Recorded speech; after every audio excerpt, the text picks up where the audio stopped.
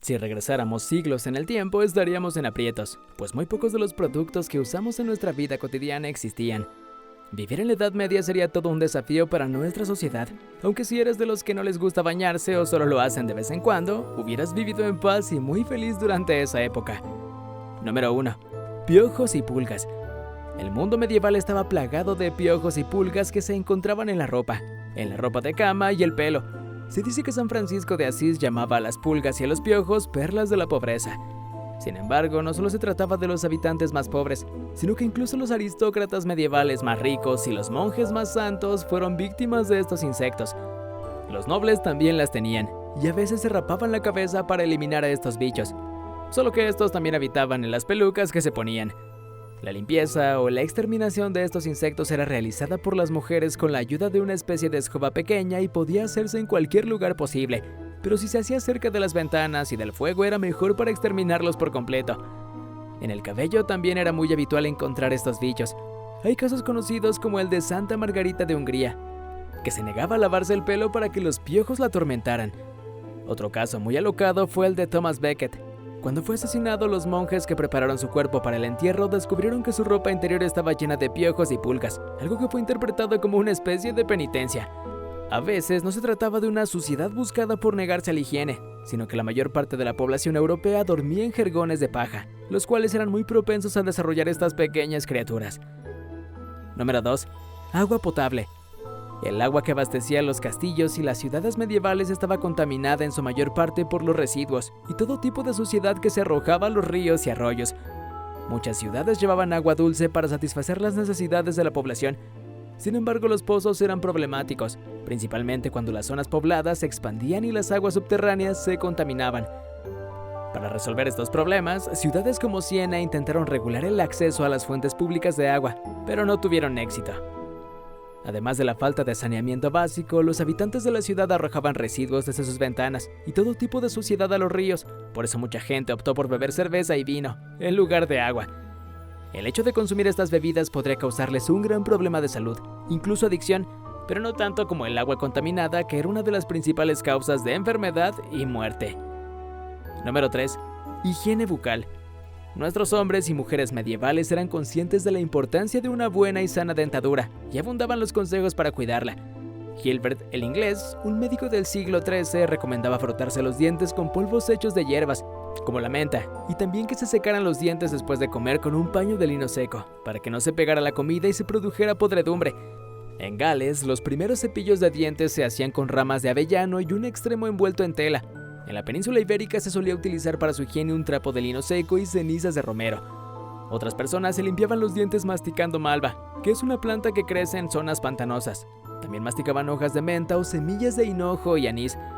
Además, se recomendaba evitar los alimentos de fácil tendencia a la putrefacción y lavarse los dientes con una mezcla de miel, sal quemada y una pizca de vinagre. Tomaban estas medidas ya que si algún diente se pudría tendría que ser extraído, y eso era bastante doloroso porque no había anestesia y medicamentos. Además, no existían las dentaduras, por lo que se vería afectada la imagen de la persona, que era de gran importancia para esa época. Número 4. Baños públicos.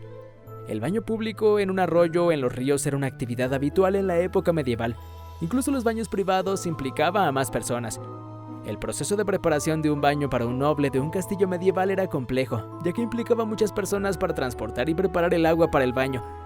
Una vez que tenían suficiente agua en la bañera, había que calentarla y era algo costoso, por lo que familias enteras compartían la misma agua. En algunos casos, los baños iban siempre acompañados de un asistente o sirviente, evitando así cualquier soledad. Juan I de Inglaterra en el siglo XII viajaba siempre con una especie de bañera y un sirviente para que le ayudara en este menester, y llegó a tomar nada menos que 10 baños en 6 meses. Muchos de esos baños llegaron a volverse prostíbulos. Sin embargo, a partir de la aparición de la pandemia, se buscaba evitar el contacto por medio de las enfermedades, particularmente a la peste.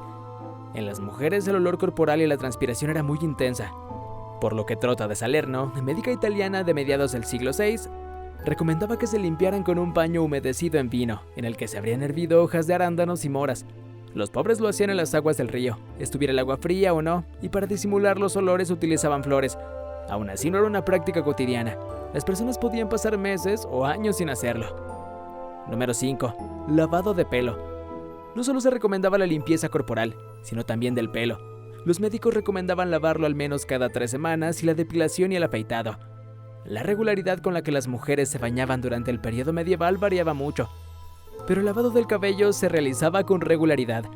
La tarea estaba reservada para los sábados, por lo que aprovechaban a lavarse el pelo y limpiar todo el polvo y la suciedad acumulados durante la semana de trabajo.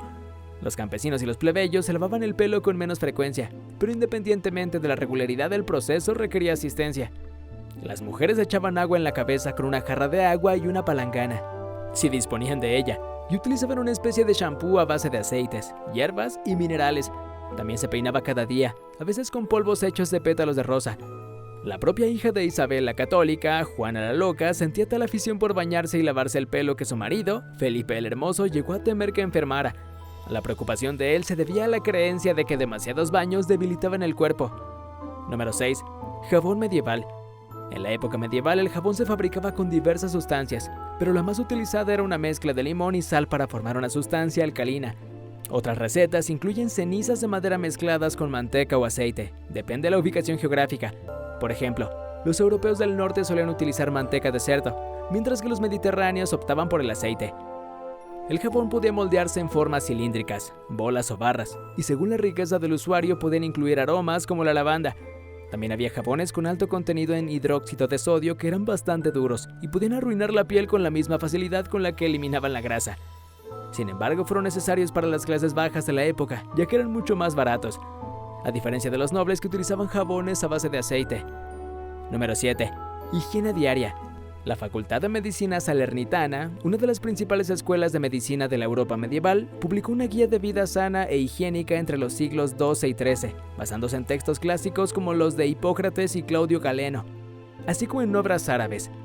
El régimen Sanitatis al Salernitano incluía consejos sobre una dieta saludable, normas higiénicas, hierbas medicinales para el dolor de cabeza e incluso disciplinas de salud matutina. Las pautas consistían en levantarse, lavarse las manos y la cara con agua fría, moverse un rato y estirar las extremidades, peinarse y cepillarse los dientes. Esta rutina servía para relajar el cerebro y otras partes del cuerpo. Como puedes ver, no era nada sencillo vivir limpio en la Edad Media. Tampoco era común, y hasta se consideró pecado y dañino para la salud. Eran épocas oscuras y a nadie nos gustaría vivir en ellas ahora que sabemos cómo era la higiene.